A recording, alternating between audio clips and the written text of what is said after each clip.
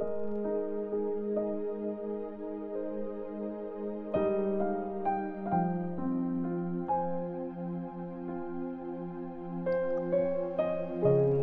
Corinthians chapter 4.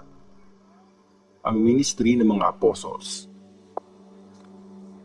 Ituring niyo kaming mga servants ni Christ na pinagkatiwalaan ng mga mystery ng Diyos. Obligasyon ng mga nagsaserve na maging tapat sa master nila.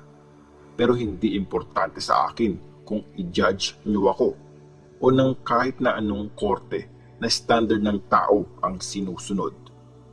Ako nga, di ko ginajudge ang sarili ko.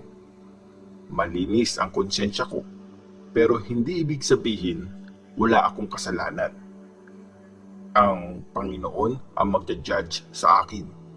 Kaya huwag niyong husgahan ang kahit sino kung hindi pa ito ang tamang panahon. Hintayin niyo ang pagdating ng Panginoon. I-expose niya sa liwanag ang lahat ng mga tinatago sa dilim at ipapakita niya ang mga planong nasa puso ng tao. Tapos, ibibigay ng Diyos sa bawat isa ang papuring deserve nila. Mga kapatid, para sa inyo, in-apply ko ang mga bagay na to sa akin at kay Apollos. Kami ang mga example para maintindihan nyo ang kasabihang sumunod kayo sa rules. Huwag niyong sabihin mas magaling ang isa kesa dun sa isa. Sino bang nagsabing mas mahusay kayo kesa sa iba? Di ba lahat naman bigay ng Diyos sa inyo? Bakit kayo magyayabang ngayon? As if hindi binigay sa inyo ang anumang meron kayo. Nasa inyo na pala lahat ng kailangan nyo. Mayayaman na pala kayo. Naghahari na pala kayo, pero kami, hindi. Well, sana nga mga hari na kayo para maghari rin kami kasama nyo. Tingin ko, kaming mga apostles, ginawa kami ng Diyos na pinakakawawa sa lahat. Para kami mga taong bibitayin para i-entertain ang buong mundo, ang mga angels at ang mga tao. Alang-alang kay Christ, mga loko-loko kami. Pero matatalino kayo dahil kay Christ. Mahihina kami, pero malalakas kayo. Nilalait kami, pero pinupuri naman kayo. Hanggang ngayon, nagugutom kami at nauuhaw.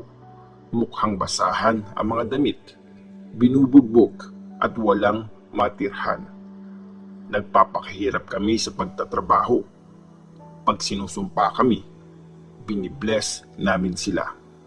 Pag pinapahirapan kami, tinitiis namin. Pag iniinsulto kami, sinisuklian namin yon ng magagandang salita. Masahol pa kami sa basura na pinantidirian ng lahat hanggang ngayon. Sinasabi ko to sa inyo, hindi para mapahiya kayo, kundi para turuan. Kasi mahal ko kayong mga anak ko. Kasi kahit 10,000 pa ang nagtuturo sa inyo tungkol kay Christ, isa lang ang tatay nyo. Ako yun. Naging tatay nyo ako nung naging united kayo kay Christ Jesus. Kasi ako ang nag-share sa inyo ng magandang balita. Kaya pakiusap, gayahin nyo ang example ko.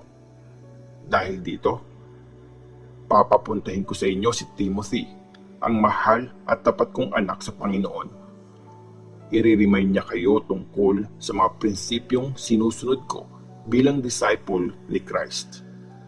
Tinuturo ko din ang mga ito sa lahat ng mga churches. Yumabang na ang iba sa inyo kasi akala nyo hindi na ako pupunta dyan.